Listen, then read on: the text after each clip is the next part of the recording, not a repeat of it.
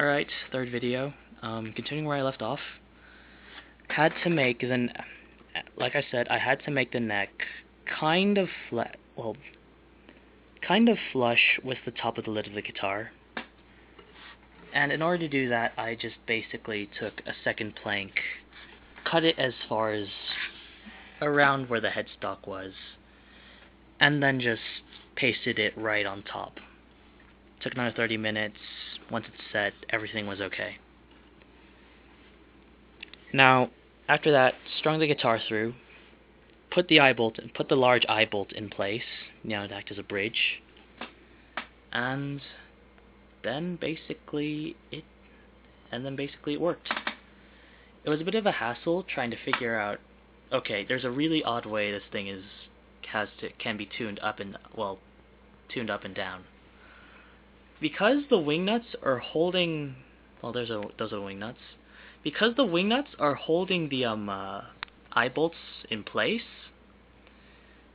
I had to screw them in really tight in order to keep the string tension nice and taut, so that I could keep in tune.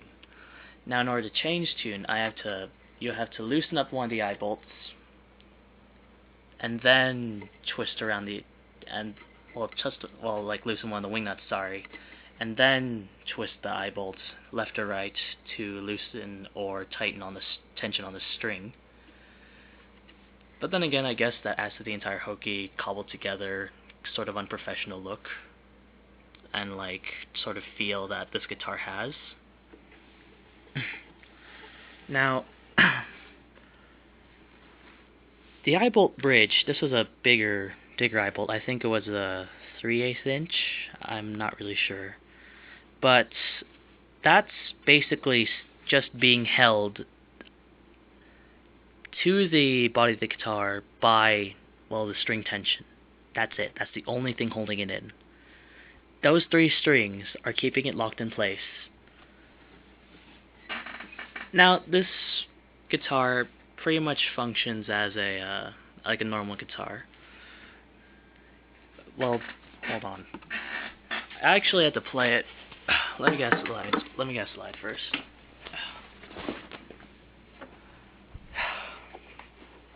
Blue slide, glass, around $5, normal guitar shop. Now, the guitar functions pretty much like a normal guitar.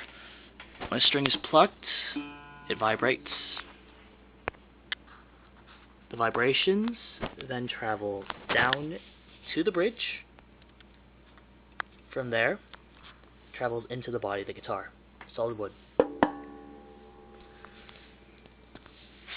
Stays in the guitar, and the air comes out, and it resonates through these 2 sound holes, and that's what gives you the amplification. It's a pretty simple guitar, pretty fun to make. As you can see, I'm making another one. But a few, I guess, here's a tip. When you're choosing a body for the guitar, when you're choosing a cigar box, go with something that's made of actual wood. Like this one. Actual wood. You don't want to go with a cigar box that's made of something like cardboard covered with wood. That's the mistake I made with the first one, and what happened with that one was pretty interesting, I guess. Because since I used a lighter wood for the neck, it actually bowed sort of outward towards the bridge, and it cracked the cigar box top on the top. It was pretty messy, and I really couldn't salvage it.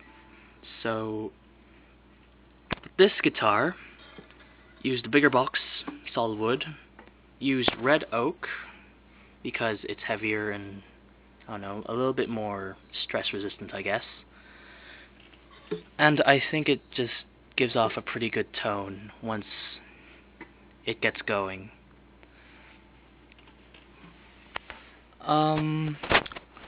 These guitars can usually be tuned.